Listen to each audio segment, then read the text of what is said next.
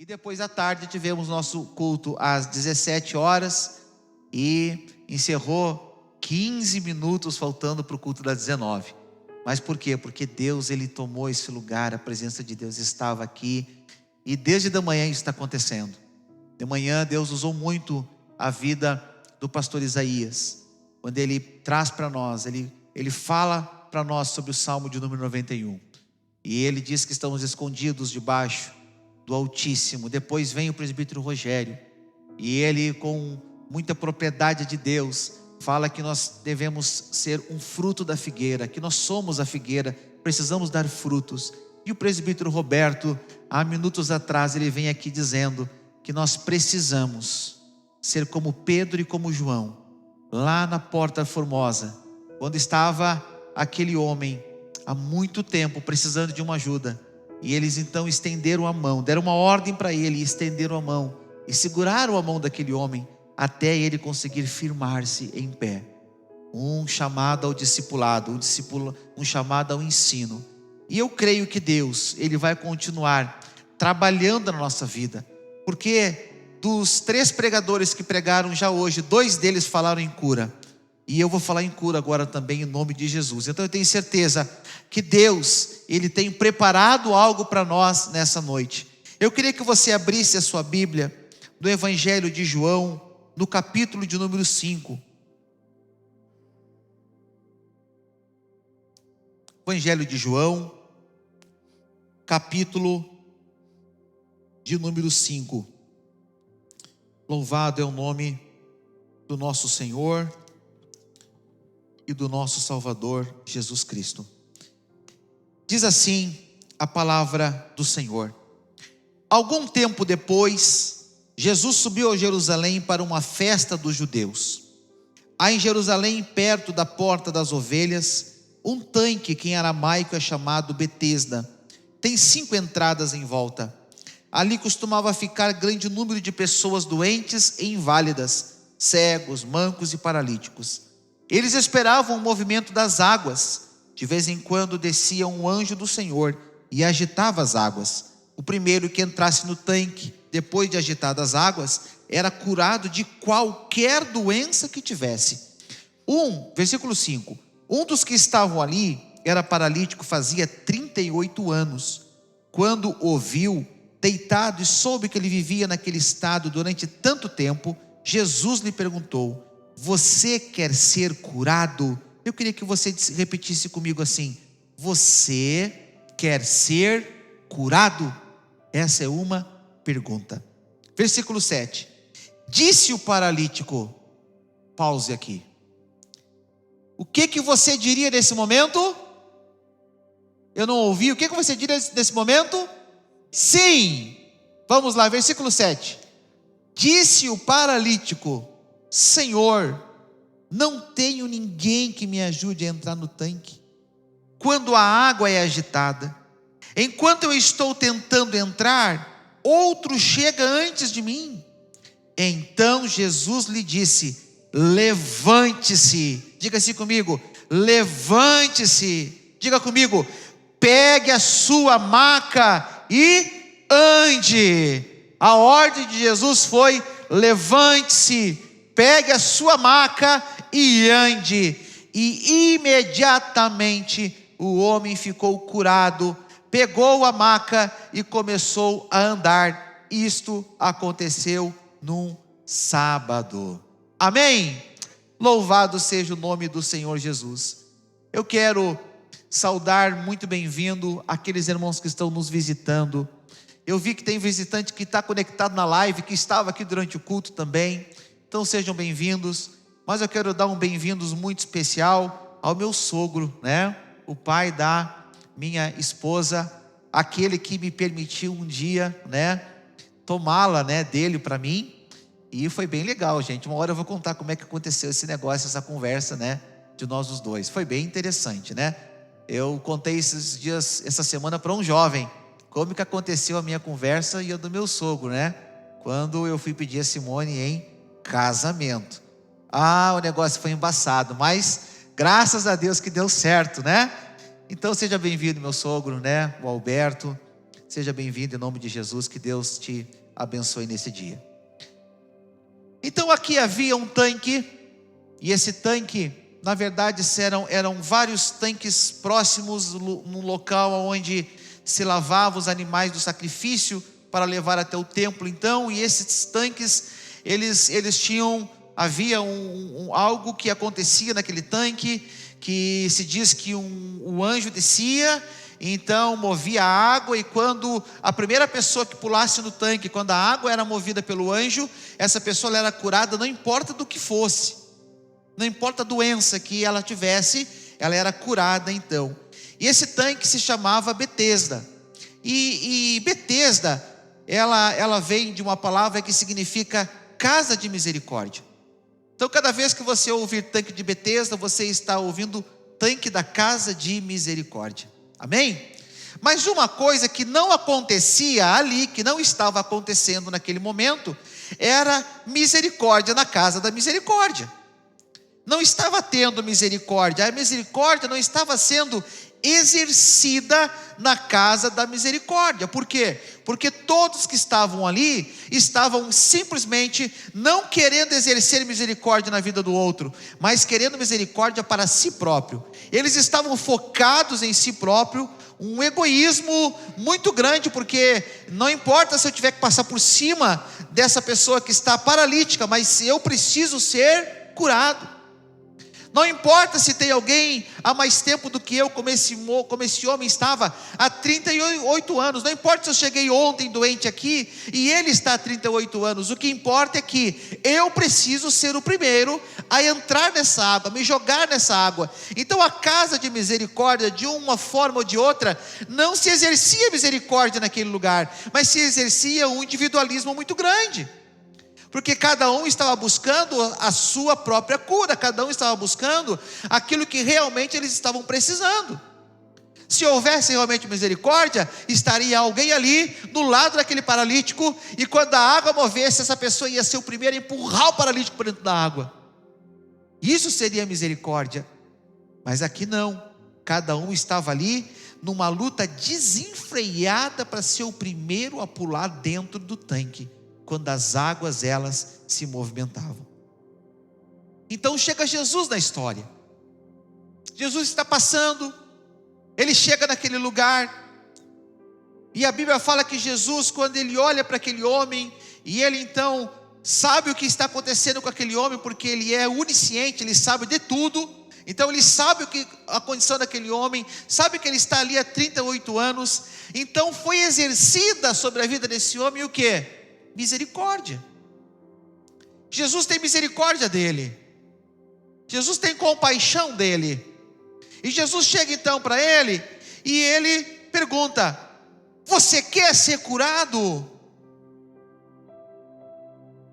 Ele chega para um homem que está há 38 anos, paralítico, e pergunta: você quer ser curado?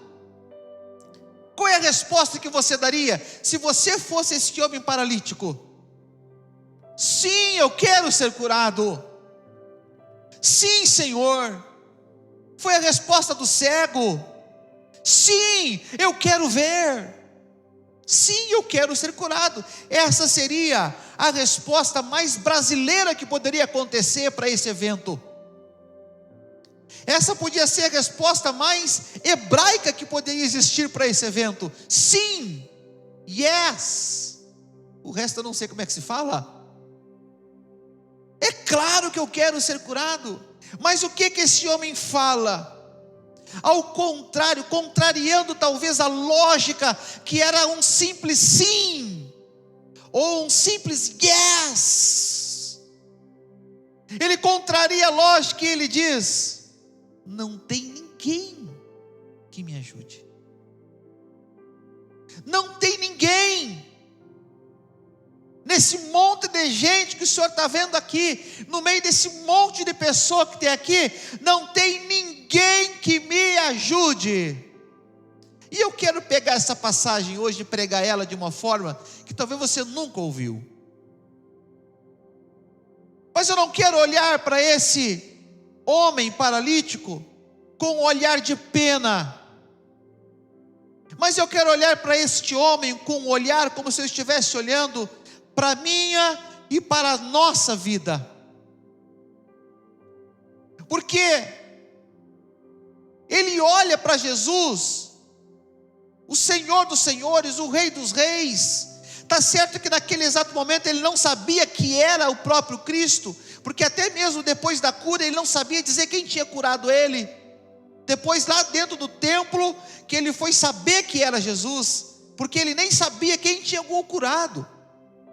Mas ele não se preocupa em dizer eu quero ser curado. A preocupação dele foi dizer: olha, ninguém me ajuda, aqui é cada um por si, aqui ninguém quer saber de me ajudar, eu estou aqui sozinho, eu estou abandonado, eu estou aqui atirado, me jogaram aqui, eu não tenho o que fazer. Ele simplesmente está transferindo a responsabilidade da falta de ser curado para as pessoas que estavam ali. Ele está dizendo: olha, eu não fui curado ainda por causa de todas essas pessoas que se lançam antes de mim. Ele transfere a responsabilidade. Ele não toma para si aquela situação, mas ele joga essa responsabilidade na mão dos outros. Ele diz: olha, por causa deles, se eles não existissem, se eles não estivessem aqui, eu já teria sido curado. Será que isso não demonstra um egoísmo muito grande? Se outros não tivessem se lançado antes de mim, eu já não estaria mais nesse lugar. Ele transfere a responsabilidade de ainda não ter sido curado para as outras pessoas. Ele prefere reclamar para Jesus e deixar claro para Jesus que ali aonde ele estava, ninguém se importava com ele. Ele diz: ninguém me ajuda. Ele fez questão de fazer uma reclamação para Jesus antes de responder a pergunta. Era só dizer: sim, eu quero ser curado.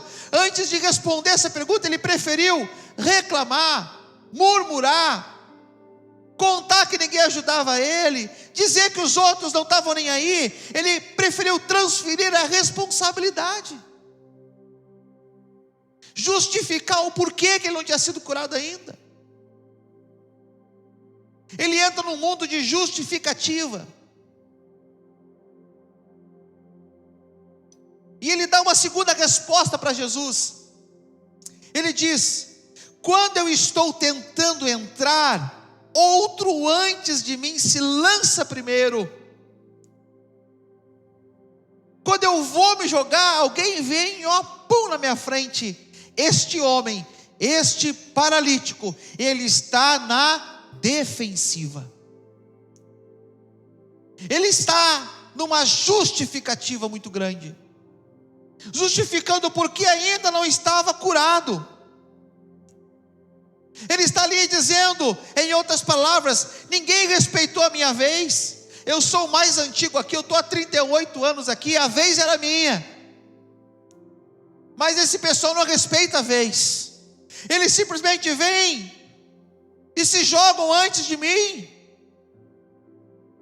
Aqui é cada um por si, Deus por todos.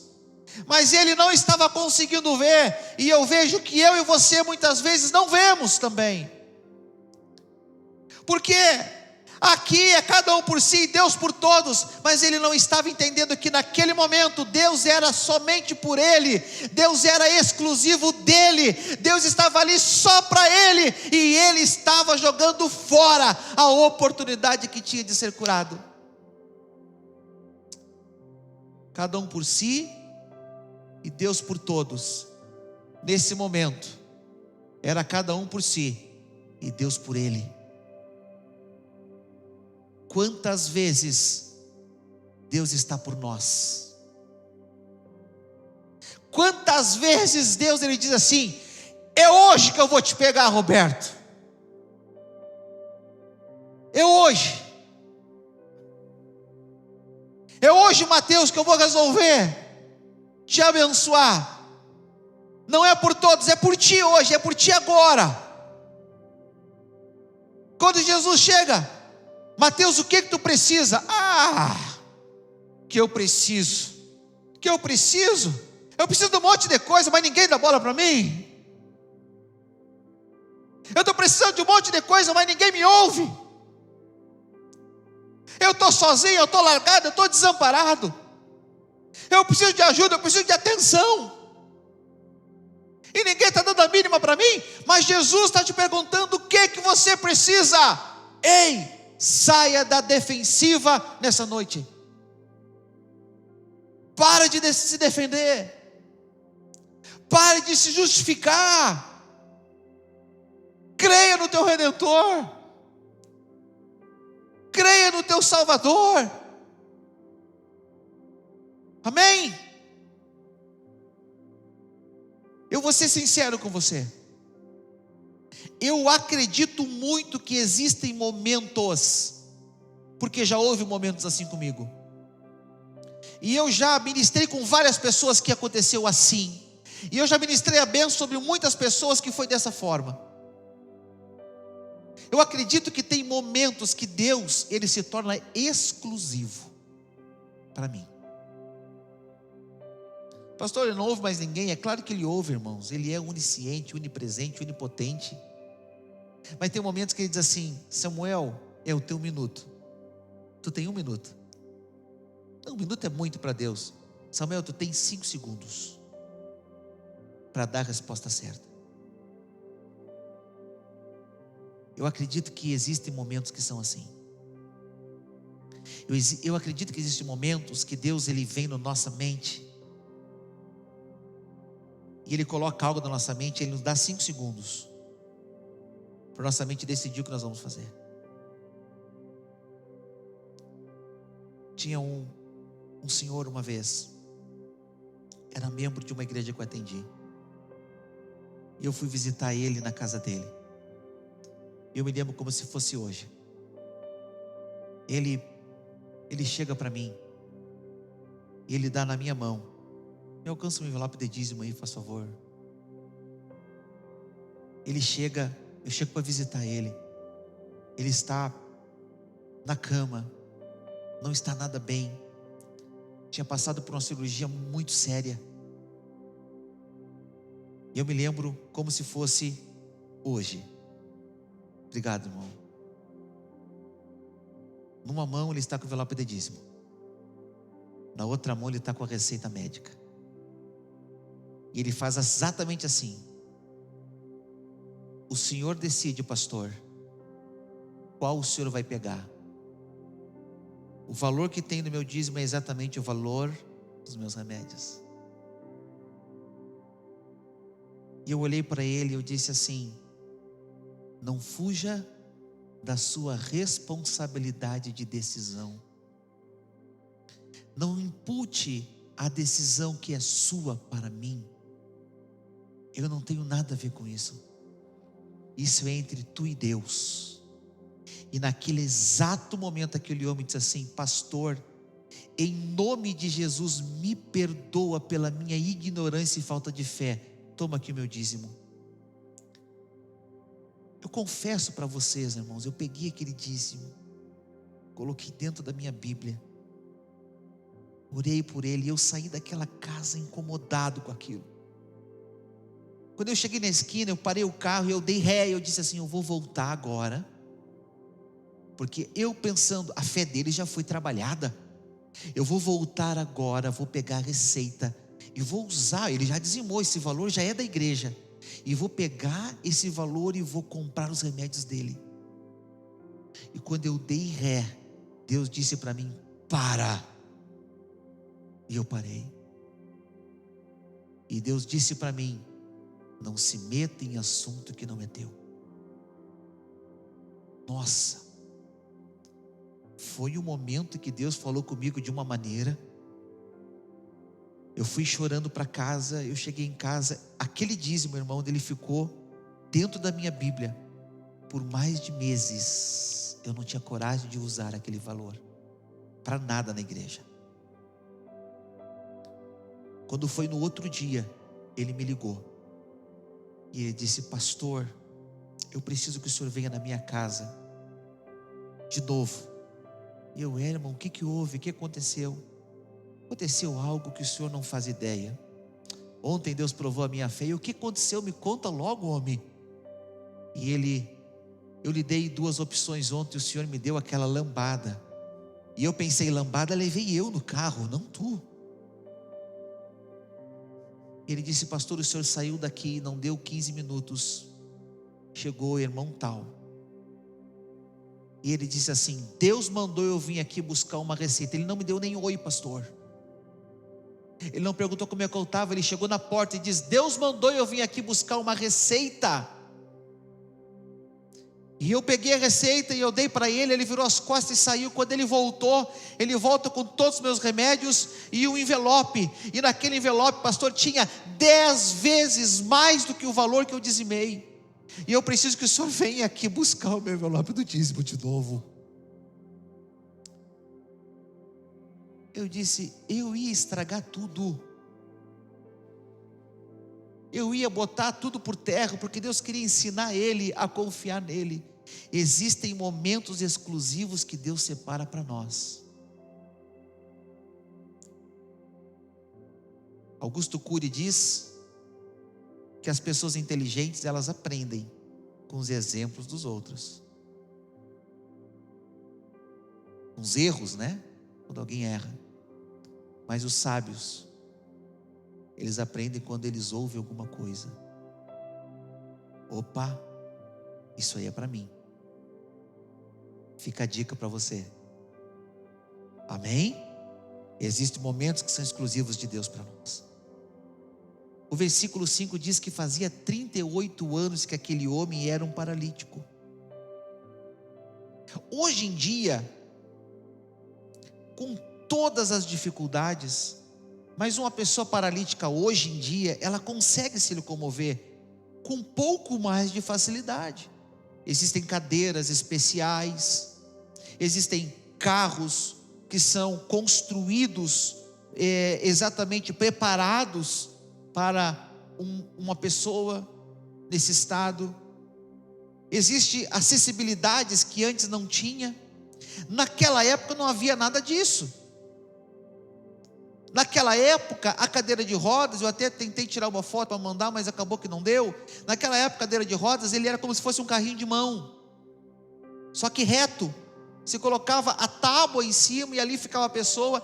E se alguém levava aquela pessoa naquele carrinho de mão.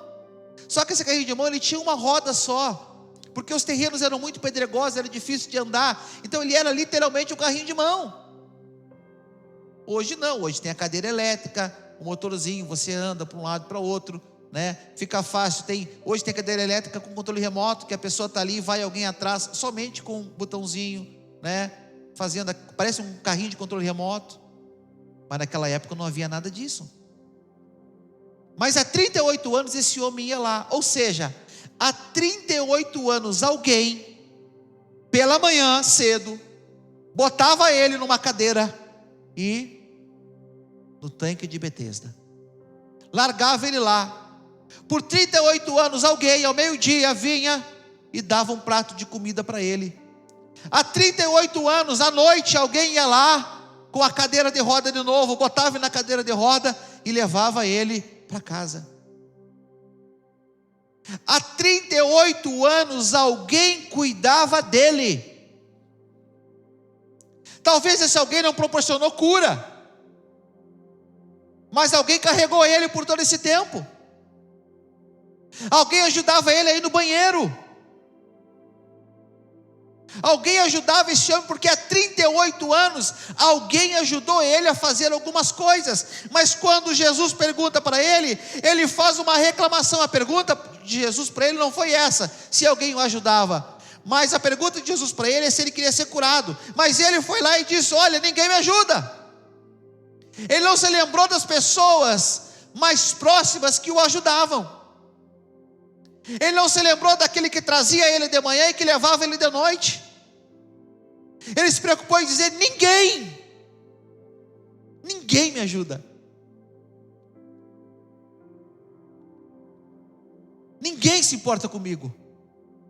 Será? Será que ninguém se importa com você? O pastor nunca deu, é a reclamação mais comum, né? O pastor nunca deu atenção para mim. Ei, o pastor envia uma mensagem para você todos os dias da semana. Ah, mas não é para mim, é para o grupo. Pelo amor de Deus, né? Misericórdia. Ah, se não for para mim, se não tiver o meu nome escrito, vá se converter, irmão. Pegue esse vídeo, pegue essa ministração de 2 minutos e meio. É isso, né, Júlia? 2,5, né? 2 minutos e meio. Pegue esses 2 minutos e meio e extraia o que Deus quer falar contigo. Para de reclamar. Ninguém me viu, eu não fui na ceia, ninguém sentiu minha falta. Ora, irmão, se você deu um nome, agora eu sei que tem um monte de gente, eu não consigo ver você, essa luz aqui não deixa eu olhar para os olhos de vocês. Se você está dormindo, eu não sei, mas dou uns gritos de vez em quando já para, né? Mas se você deu o seu nome, meu amado, e eu coloquei seu nome na lista, para mim você veio na ceia, mesmo que você não tenha vindo. Mas para mim você veio. Ah, eu não fui na ceia. Mês passado aconteceu, pastor, eu não fui na ceia, ninguém me procurou. Eu disse, mas está aqui o seu nome, você deu o nome para vir às 5 horas. Pois é, mas eu não fui. Tá, mas aí como é que eu vou saber? É mais fácil eu fugir das minhas responsabilidades. É mais fácil eu dizer que não me procuraram, é mais fácil dizer que eu sou deixado de lado, é mais fácil eu dizer que está tudo ruim. Será, irmãos, que nós somos pessoas assim? Que reclamamos o tempo inteiro de tudo, até mesmo de Deus, ou principalmente de Deus? Às vezes pelas entrelinhas, às vezes Deus está perguntando uma coisa, às vezes Deus está dando um direcionamento, mas eu estou respondendo outra. Por quê? Porque eu estou cheio de coisa dentro de mim.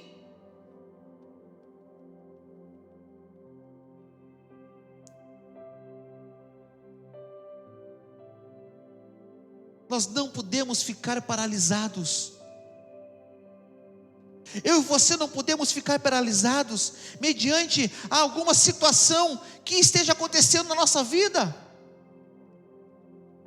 Alguma coisa não saiu como eu esperava, eu não posso paralisar. O mundo não pode acabar porque eu recebi um não, ou porque as coisas não foram como eu queria que fosse. Assuma a responsabilidade. Pare de encontrar pessoas para culpar. Aquele paralítico, ele não fala para Jesus eu quero. Aquele paralítico, ele encontra pessoas para culpar. Não há tempo de nós estarmos dentro de uma igreja servindo a um Deus vivo e todo-poderoso que daqui a pouquinho vai vir buscar a igreja. Não dá mais tempo de viver dentro de um ambiente desse culpando. A culpa é do Caleb. Eu não estou lá tocando por causa do Caleb. E muitas pessoas acham que só vão ter a oportunidade o dia que o Caleb sair. Esse é um pensamento pequeno, fútil, miserável. Aonde que para mim receber alguma coisa, eu tenho que tirar alguém. É o que ele está dizendo. Vem outro e pula antes de mim. Eles não estão respeitando a fila. Irmão, se Deus quiser te levantar, Ele vai te levantar, e não vai ser o Caleb que vai impedir, não vai ser o Mike que vai impedir, não vai ser o Samuel que vai impedir. O momento que Deus quiser te levantar e quiser fazer algo na tua vida, Ele vai dizer assim: ei, levanta de uma vez, rapaz, sai da beira desse tanque. Deus não precisa do natural para fazer as coisas sobrenaturais da nossa vida. Sabe o que Ele precisa? De fé. Só. Será que você é esse tipo de pessoa, irmãos?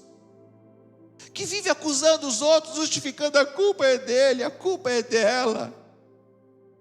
A culpa agora é esse negócio aí. A culpa é o Covid, irmãos. Coitado do Covid. Misericórdia dizer uma coisa dessa, né? Mas é tudo Covid. Pega o telefone e liga para o banco, aquele que paga o auxílio. Por causa do Covid, nossos atendentes estão aqui. Por causa de Covid, o quê? Liga para qualquer lugar, entra. Em razão do Covid nós estamos. Que razão do Covid o quê? Vocês diminuíram porque quiseram dar uma diminuída mesmo. Botaram uma frase lá qualquer. Para de arranjar desculpa. Pare de arranjar justificativas. Pare dessa mania de acusar as pessoas e achar justificativas em tudo. Irmãos, a mania de acusação como justificativa, ela pode se transformar numa doença física ou até mesmo psicológica. Essa mania de acusar para se justificar. Essa mania de querer encontrar um defeito no outro para justificar o meu defeito. Todo mundo faz. Ei, você não é todo mundo. Ah, mas todo mundo faz. Mas você não é todo mundo, meu amigo. Então essa mania, viver essa vida de acusação, transferindo para as outras pessoas as suas responsabilidades, chega um momento que não dá mais, que você tem que parar.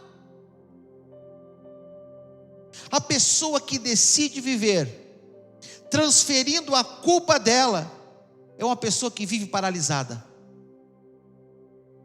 Esse homem ficou 38 anos. Se você é uma pessoa que vive transferindo culpa, quantos anos você vai ficar paralisado? 5, 10, 20? Você está paralisado há quanto tempo? Não, acho que não é, eu acho que não aceito, porque eu acho que... Para de acho para cá, de acho para lá. Deixa esse de acho longe. O que Jesus acha? O que Jesus quer ouvir? Um acho seu? Eu não aceito, não concordo, a visão não é a mesma. Quem é que disse que você tem que ter algum tipo de visão? Eu não sou de mim mesmo. O próprio Jesus disse: olha, eu não falo nada de mim, tudo que eu falo é o que o Pai diz para me falar. O que eu faço é o que Ele diz para mim fazer. E a gente quer chegar aqui e botar um monte de norma. A minha visão é essa. Para com essa lorota. Para com essa conversa. A nossa visão, ela é uma visão bíblica do céu. O que Deus tem para mim. O que Deus quer para mim. Qual é o alvo que Ele quer que eu alcance. Qual que Ele quer que eu chegue. Vivemos uma vida de justificativa. Não conseguimos ser felizes. Ah, se o fulano estivesse aqui, se o ciclano estivesse lá. Não está. E esse tempo não vai voltar, e essa pessoa não vai mais fazer parte da sua vida. É um novo tempo, é um novo momento, e é uma nova escolha. Existem momentos que Deus prepara para nós, e talvez o momento desse culto seja um desses. E Jesus vai perguntar: ei, o que eu preciso fazer na tua vida? O que você vai dizer para ele? Pois é, eu tenho um monte de coisa, mas assim, com esse pastor aí não dá.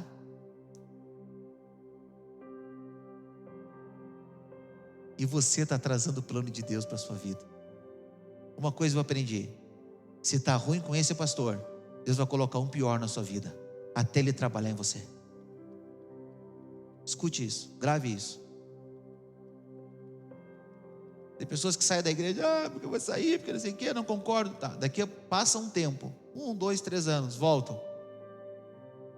Pois é, pastor, o senhor não era tão ruim assim. Aceite o tempo de Deus na sua vida. Aceite o trabalhar de Deus na sua vida. Na segunda resposta do paralítico, é uma resposta carregada de inveja. Ele está vendo os outros serem curados e ele não. Ele está vendo os outros crescer e ele não. Você está sentado no banco, está vendo, olhando na porta, mas quem era para estar lá? Eu tenho mais tempo de igreja do que ele.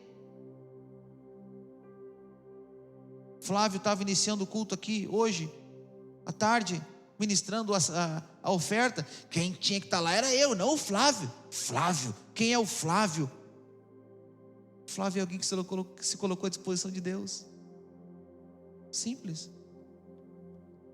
muito simples. Gabriel, semana passada, estava aqui, abrindo o culto, ministrando oferta. Gabriel é crente há 2 anos, gente. Nem isso ele tem, eu acho que ele é crente, convertido. Estava aqui, Deus começou a levantar ele.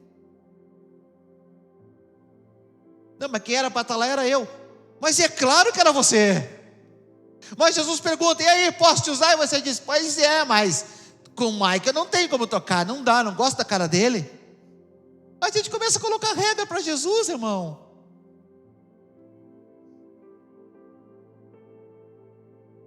Segundo a psicologia, a inveja é o deslocamento da energia do potencial de determinado indivíduo para a exacerbada preocupação com a satisfação e o prazer da outra pessoa.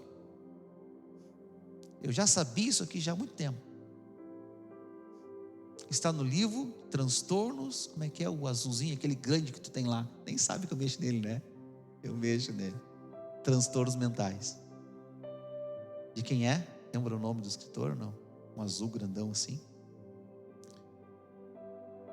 Sabe o que a psicologia está dizendo? Que a inveja, sabe o que ele é? É eu não conseguir ver a satisfação da outra pessoa. Nossa, é um transtorno, está aqui, gente. Eu coloco toda, olha só, é o deslocamento da energia do potencial do meu. Eu desloco a minha energia, todo o potencial que eu tenho, tudo que eu tenho, eu desloco lá para ir contra, para não ser satisfeito com aquilo que está acontecendo na vida da outra pessoa. Já parou para pensar nisso? Isso acontece de forma inconsciente. Camila trocou de carro, comprou um carro 0 agora. Esse carro que ela comprou, carrinho é ruim, carrinho aí, olha, dá um monte de problema, tu vai ver com o tempo. Te alegra, que bênção, Camila, um carro 0, pá, mas assim, Deus foi fiel. A inveja diz: eu não tenho um carro desse. Você está entendendo o que a inveja faz com a gente? Ela faz nós pegar toda a nossa força e canalizar, não naquilo que é bom, e sim naquilo que é ruim. Esse homem, ele está fazendo isso. A inveja não deixava ele ver que ele estava agindo errado, que ele estava sendo orgulhoso. Os outros pulam na minha frente. Mas vamos lá, caminhando aqui já para o final. A palavra termina 3 vezes, né? Terminei a primeira já. Por que aquele paralítico acusou as pessoas que estavam ali? Por que ele fez isso? E agora eu quero que você entre aqui. O presbítero Rogério falou de tarde: você é figueira. Diga: eu sou figueira. E todo mundo diz: eu sou figueira. Então agora você é o paralítico, tá? Você é o paralítico agora. Por que ele estava com essas coisas todas? Por que ele estava assim, agindo dessa forma? Existe algo que nós chamamos de ganho secundário. O que é isso? É quando algo ruim, mesmo ele sendo algo ruim, ele me beneficia de alguma maneira. Nós chamamos isso de ganho secundário. Quando algo que, mesmo que não seja bom, mas aquilo me traz algum retorno, aquilo é ruim e eu acabo gostando, mesmo sendo algo ruim, eu acabo gostando. Por quê? Porque eu estou tendo algum tipo de lucro com isso. Alguns exemplos: o sentimento, por exemplo, de autocomiseração. Autocomiseração é um sentimento de autopiedade, de pena de si mesmo. A pessoa, ela sente dó dela própria. Ai, que dó, dela mesmo. Eu sou um coitadinho, uma autopiedade. Coitado de mim. Coitadinho de mim, ninguém está me vendo. A pessoa sente pena dela mesmo. Ela se olha no espelho e ela sente pena da pessoa que ela está vendo no espelho. Esse é o sentimento de autocomiseração. Querem saber mais desse assunto? Procura os psicólogos aqui que eles vão explicar para vocês, tá? Eu estou só pincelando aqui. Esse sentimento de autocomiseração faz com que a pessoa ela sinta assim: cara, eu preciso muito de ajuda, eu sou um coitadinho. Você nunca passou com alguém, nunca conversou com alguém assim? Você diz: como é que tá? Tá mal. Olha, esse Covid me arrebentou.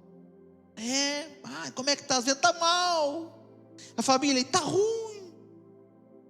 E a saúde está doendo aqui, está doendo lá, está doendo acolá.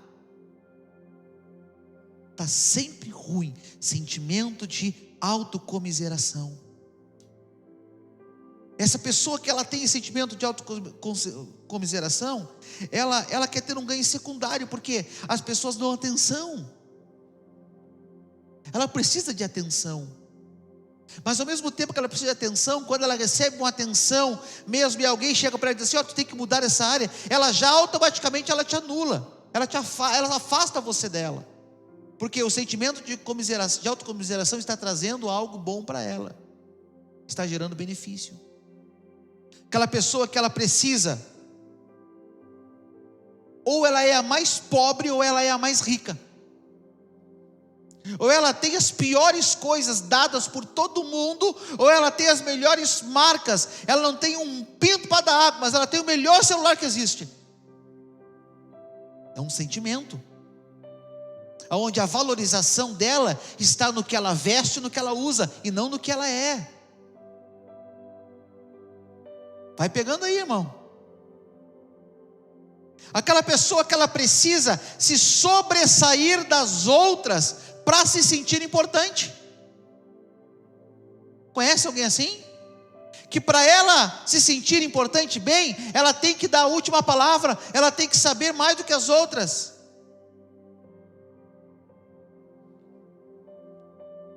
Outro sintoma: aquelas pessoas que precisam muito de ajuda, mas o orgulho e a soberba não permitem elas pedirem. Quando estão com os outros, elas são o máximo, são fortes, são corajosas, são o máximo, mas quando elas estão só, elas precisam de ajuda, elas precisam muito de um conselho, mas o orgulho e a soberba não deixa ela demonstrar sua fraqueza. Um outro sintoma: pessoas que só se relacionam com alguém que pode oferecer algo de valor. Eu vou me relacionar com o Mateus. O Mateus vai ser meu amigão da minha casa, mas o Mateus é barbeiro. Eu tenho essa amizade com ele porque ele não me cobra para cortar meu cabelo. E não me cobra mesmo, irmãos, por isso que eu estou dizendo isso. Eu quero pagar e ele não deixa eu pagar. Inclusive eu estou precisando cortar o cabelo essa semana, Mateus, fica a dica. Não, mas eu tenho amizade com o Mateus, por quê? Porque ele é barbeiro, ele é bárbaro e ele não vai me cobrar. É uma amizade por interesse. Você conhece alguém assim? Você tem algum amigo assim? Que você só tem um relacionamento com essa pessoa porque ela te oferece alguma coisa? Ou ao contrário, ela tem um relacionamento com você porque você tem alguma coisa para oferecer para ela? Para o paralítico, então vamos lá. Para o paralítico, ser curado significava ter que deixar de lado o ganho secundário. Para ele ser curado, ele ia ter que abrir mão. Ele ia ter que abrir mão de ser carregado. Ninguém mais ia carregar ele para cima e para baixo numa maca. Ele ia ter que abrir mão de receber o alimento em todo dia. Ele ia ter que abrir mão de receber roupa, mesmo que fosse usada, Mas ele ganhava roupinha, não precisava trabalhar. Ele ia ter que abrir mão de ficar deitado o dia inteiro, e agora ele ia ter que sair para trabalhar. Ele ia abrir mão de deixar de receber esmolas, ia correr atrás do pão de cada dia. Um dia chegou um rapaz aqui no portão e disse assim para mim, eu estava ali na frente, ele chegou: ô parceria, chega aí, pá. E eu: e aí, meu, fala aí. Seguinte, eu podia te assaltar agora, eu podia te roubar, mas na humildade eu estou te pedindo, consegue a moeda aí. E eu disse assim: vem cá, cara, tu só tem a opção de roubar e de assaltar, tu não tem opção de trabalhar aí nesse teu currículo, não? Vai trabalhar, rapaz. Ele me olhou: ô, tá ruim, hein? E saiu. Às vezes a única opção que a pessoa tem é roubar, assaltar. E o trabalhar, onde é que está? Mas por que eu vou trabalhar se eu tenho um ganho secundário, Francisco? Por que eu vou trabalhar se eu bato na porta do Francisco todo dia, ele me dá comida? Às vezes ser curado não é atrativo, porque a cura, junto com ela, vai trazer responsabilidades. Vai pegando aí que já estou chegando, já estou terminando pela segunda vez a mensagem. Talvez permanecer numa posição de sofrimento é a melhor coisa.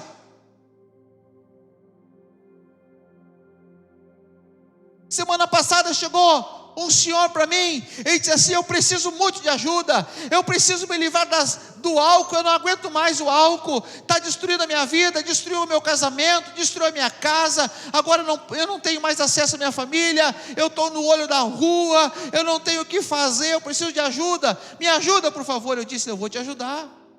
E eu perguntei: como que eu posso te ajudar? Ele: eu preciso de um lugar para morar, um valor para ajudar a pagar o aluguel e tudo mais. Eu disse assim: não, cara, tu precisa de uma clínica para te libertar do álcool. Tu é um cara trabalhador, tu já falou que tu é pedreiro, que tu faz, tu acontece. Tu precisa de uma clínica de recuperação para te parar com álcool. É isso que eu preciso, pastor, mas eu não consigo, porque não dá, porque eu não sei o que mais. Ah, se eu conseguisse uma clínica. Eu disse assim: deixa comigo.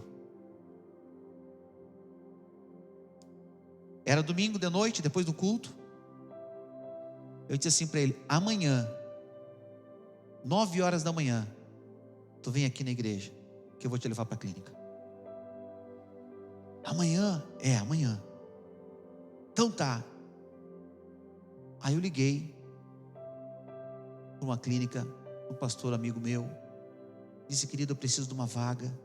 Assim: pastor, só faz o teste do Covid, o resto a gente vai conseguir tudo pelo governo, a gente vai dar um jeito, E ele fez uma correria e eu fiz uma correria, e precisava de uma consulta com um psicólogo, e era R$400, e ele conseguiu por 200, e precisava de uma consulta com um psiquiatra, e era R$600, conseguimos por 200, e aí: não, vamos pagar, vamos conseguir, vamos lá. Então tá, pá, R$500 de saída.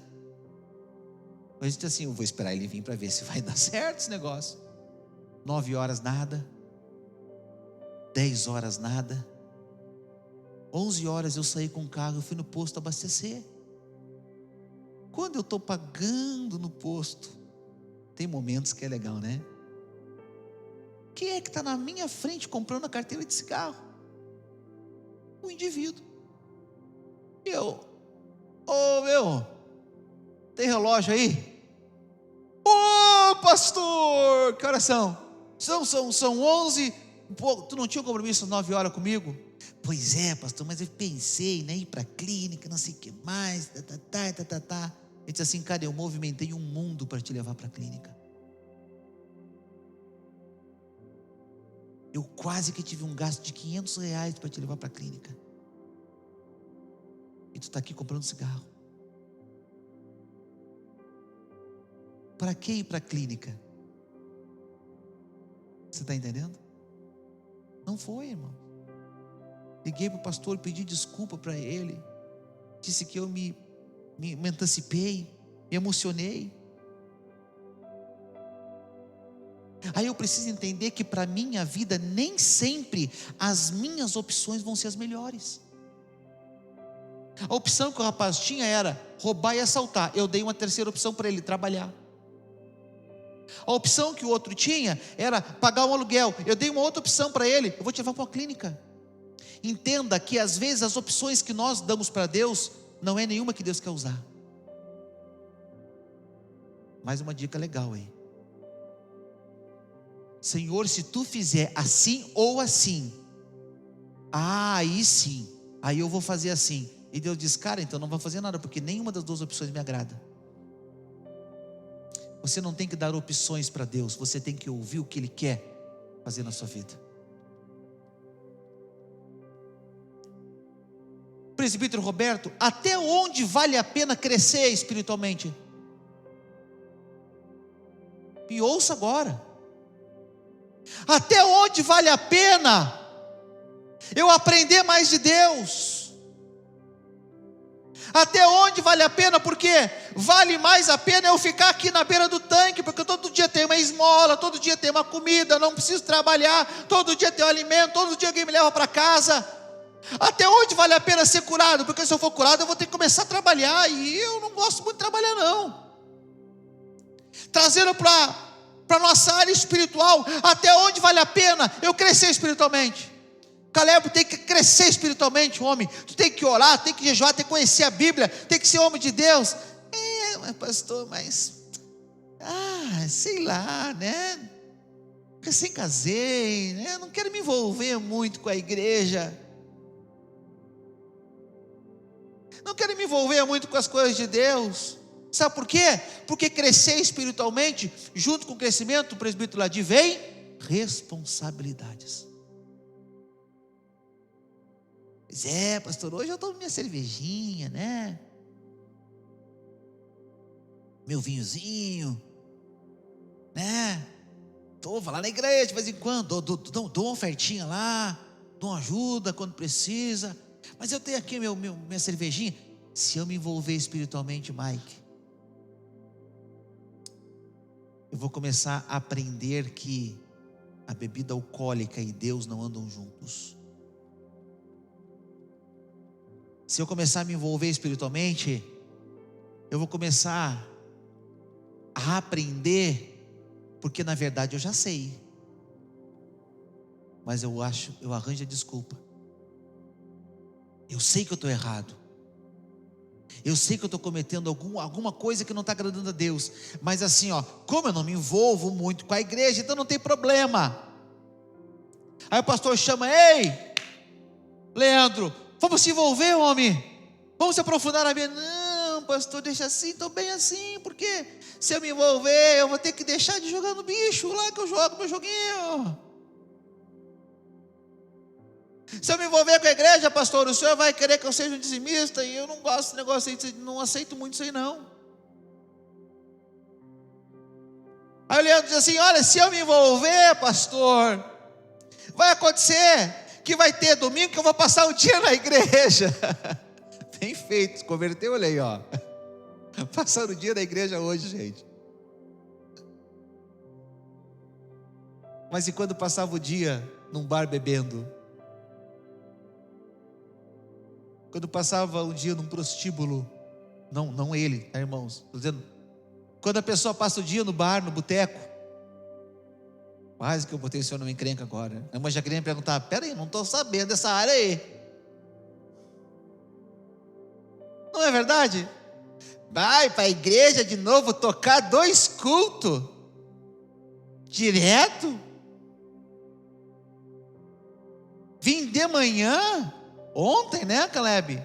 8 horas, 9 horas, 8 horas da manhã estava aqui o Caleb ontem. Agora está aqui amanhã, ele trabalha amanhã de manhã. Pô, se envolver, é isso? É. A esposa está lá esperando ele. Ontem ele estava aqui ministrando com os adolescentes. Podia estar bebendo uma cachaça, tomando uma cerveja, jogando um ping-pong, uma sinuca, apostando, perdendo o dinheiro dele todo. Chegar em casa bêbado, a Gabi diz assim: seu fedido, chega aqui bêbado em casa, não te quero mais. Vale a pena passar o dia na igreja?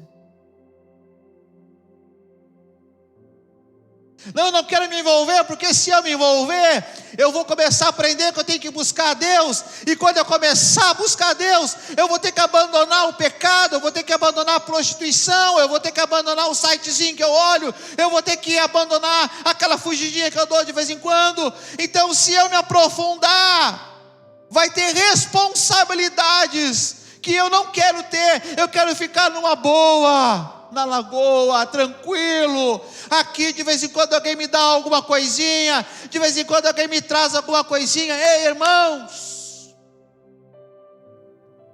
não dá mais.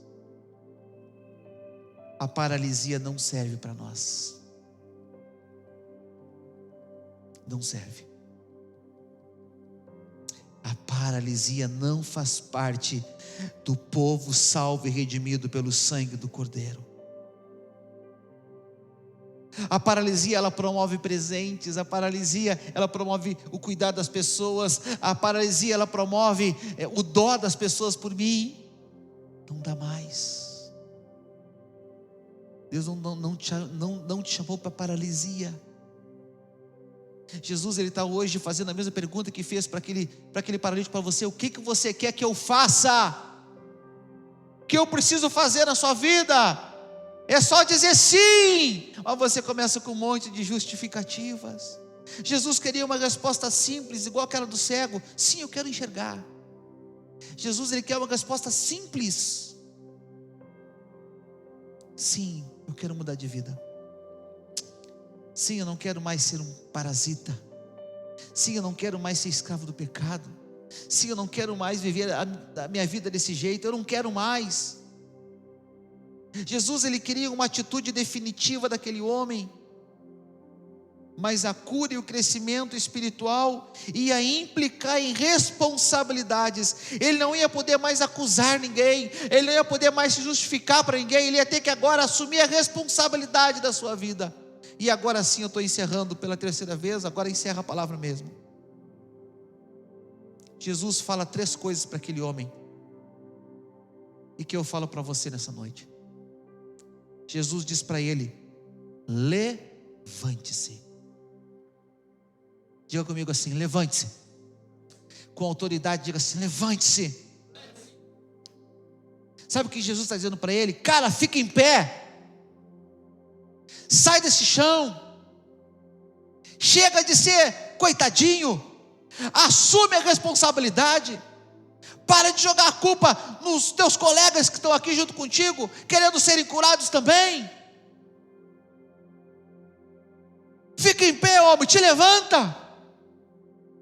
Para com essa 9 horas, para com esse negócio, para com essa preguiça. Levante-se. É o que Deus diz para nós. Levante-se. Levante-se. Ele fica em pé. Pronto, estou em pé, Jesus, e agora? Agora toma a tua maca. Era sábado, gente, eu não vou entrar porque não vai dar tempo. Não podia carregar a maca sábado, porque carregar a maca era trabalhar, não podia trabalhar. Pá, mas não dá para deixar ela aqui?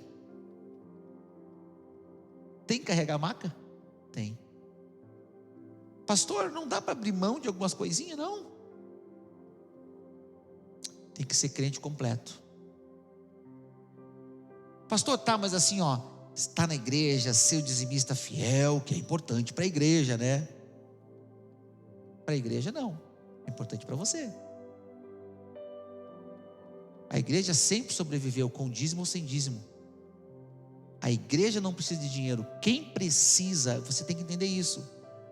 Aí eu preciso levar para a igreja. Não, você tem que trazer na casa do tesouro. É assim que a Bíblia fala. Mas ela diz que mais é bem-aventurado é dado do que receber. Você precisa muito mais ofertar e dizimar do que a igreja receber. Não dá, pastor, só para entregar o dízimo ali, ser um membro e ficar com a minha cervejinha. Toma a tua maca hoje. Tomar a maca, você vai começar a carregar as suas responsabilidades.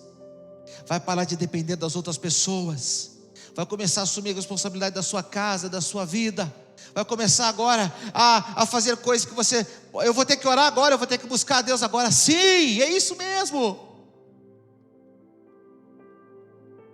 E por último ele diz: ande. Ele levanta, pega a sua maca e começa a andar. Ele não perguntou o nome de quem o curou. Ele não olhou para trás, agradeceu. Ele não fez nada disso. Eu não sei qual foi o sentimento de Jesus naquele momento, mas acho que não foi nenhum. Jesus conseguia tranquilamente conviver com isso, né? Lembro de uma pessoa que um dia: pastor, ora por mim, por essa situação. E eu orei, irmãos, eu orei, eu jejuei, eu clamava. Aí a pessoa chega: pastor, eu tenho testemunho para dar.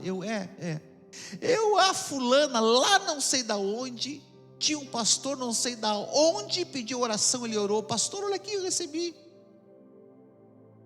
Eu disse: ah, tá. Eu orei, eu jejuei, eu fiz tudo, mas a glória é do cara lá. Acontece direto, né, Simone?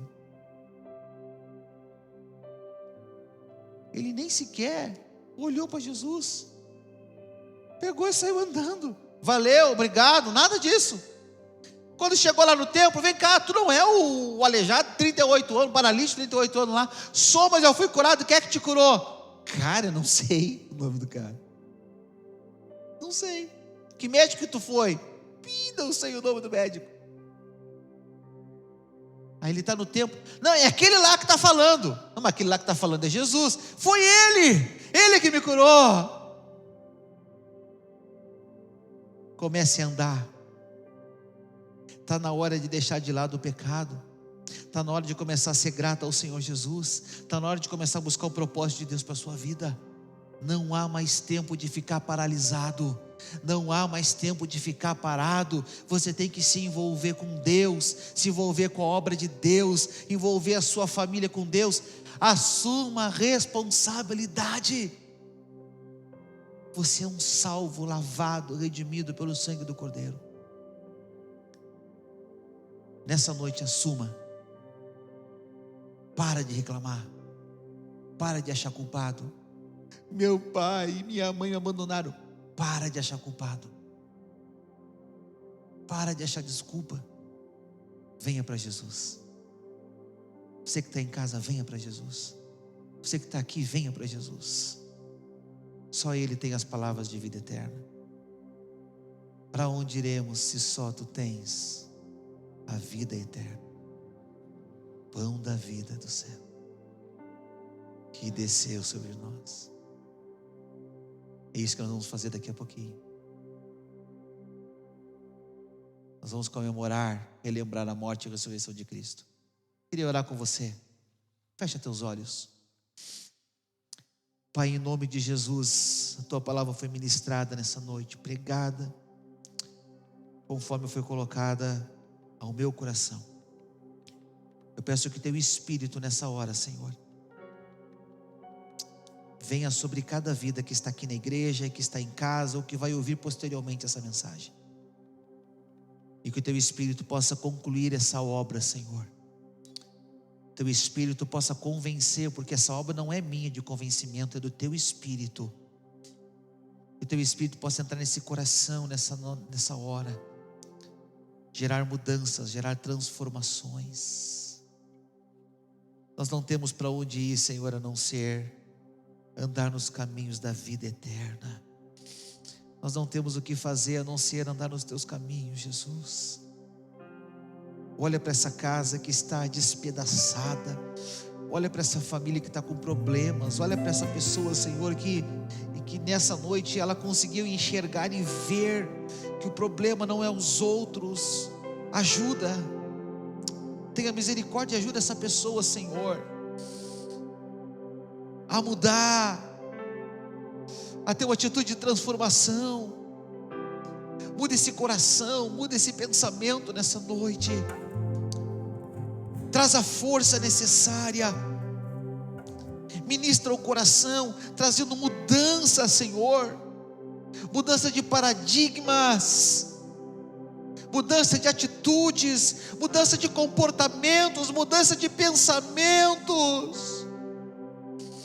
Transforma o nosso coração ruim em um coração bom. Transforma o nosso coração de carne, cheio de maldade, no coração puro, Senhor. Transforma os nossos pensamentos, leva os cativos a Ti, para que sejamos purificados pelo Teu sangue sobre a nossa vida. Não queremos estar paralisados,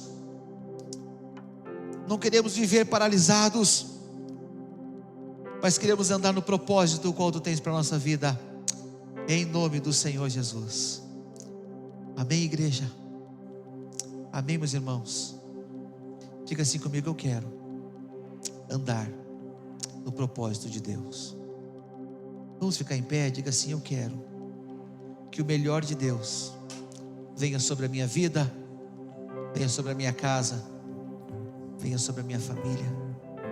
Você que está aqui, você que está em casa, diga assim comigo: eu não quero ficar paralisado. Não quero ficar paralisado. Não quero ficar para trás. Quero avançar. Diga: eu quero avançar. Diga: eu quero avançar, Senhor. Eu quero avançar, Senhor. Mesmo que para avançar eu tenha que ter responsabilidades maiores, eu quero avançar. Eu quero ir adiante, eu quero crescer. Eu quero ir além, Senhor, do que aquilo que eu imagino. Eu quero avançar nessa noite. Eu quero avançar nessa noite. Aleluias. Louvado é o nosso Deus. Que o Senhor nos abençoe grandemente nessa noite, em nome do Senhor Jesus.